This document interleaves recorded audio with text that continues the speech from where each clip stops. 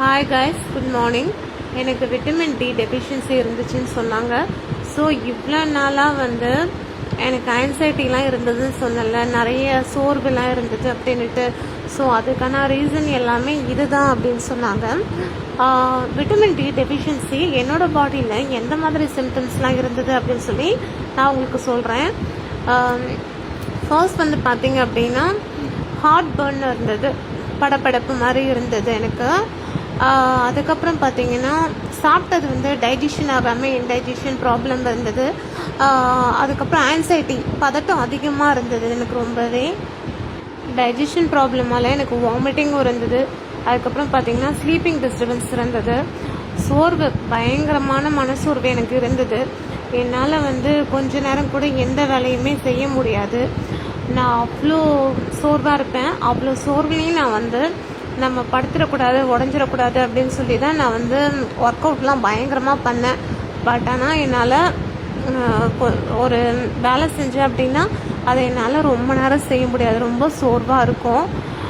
அதுக்கப்புறம் எனக்கு எலும்புலாம் பயங்கரமாக வலிச்சுது. எனக்கு சொல்லப்போனால் ஓவரிஸ்ல தான் முக்கியமாக பயங்கரமாக வலிச்சுது. அப்போ நான் போய் இதை பற்றி ஸ்கேன்லாம் எடுத்தேன். அந்த ஸ்கேனில் எனக்கு எந்த ப்ராப்ளமும் இல்லை அப்படின்னு தான் வந்தது. பட் ஆனால் எல்லா பெயினுமே இருந்தது பயங்கரமாக. ஜாயிண்ட் பெயின், எலும்புங்களில் முக்கியமாக எனக்கு பயங்கரமாக வலி இருந்தது. ஸோ இதெல்லாம் நான் ஃபேஸ் பண்ணேன். அதுக்கப்புறம் பார்த்திங்கன்னா ஹெட்டில் என்னமோ ஓடுற மாதிரி ஒரு டிஸ்டர்பன்ஸு. அந்த டிஸ்டர்பன்ஸு ரொம்ப நாள் இருந்து அது என்னால் அது இருந்து எனக்கு ரொம்ப ஸ்ட்ரெஸ் ஆயிடுச்சு. ஸோ இதனால தான் நான் டாக்டர்கிட்ட சொல்லி இந்த டெஸ்ட்லாம் எடுத்ததுனால தான் இதெல்லாம் விட்டமின் டி டெஃபிஷியன்சினால் வந்தது அப்படின்னு சொன்னாங்க. ஸோ இந்த விட்டமின் டி டெஃபிஷியன்சிக்கு எனக்கு விட்டமின் D3 அப்படின்னு சொல்லிட்டு ஒரு டேப்லெட் கொடுத்தாங்க. அது பார்த்திங்கன்னா வாரத்தில் 1. ஸோ 8 வீக்ஸ் கிட்ட எனக்கு கொடுத்தாங்க. ஸோ இதை நீங்கள் போட்டுட்டு வாங்க அப்படின்னு சொன்னாங்க. முக்கியமான ஒரு சிம்டம்ஸ் இது என் பாடியில்.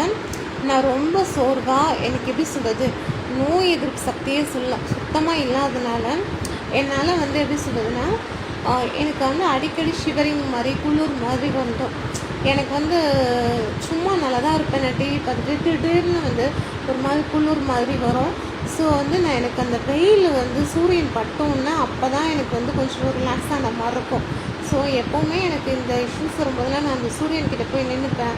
ஸோ இவ்வளவும் நான் விட்டமின் டி டெஃபிஷியன்சினால் ஃபேஸ் பண்ணேன்.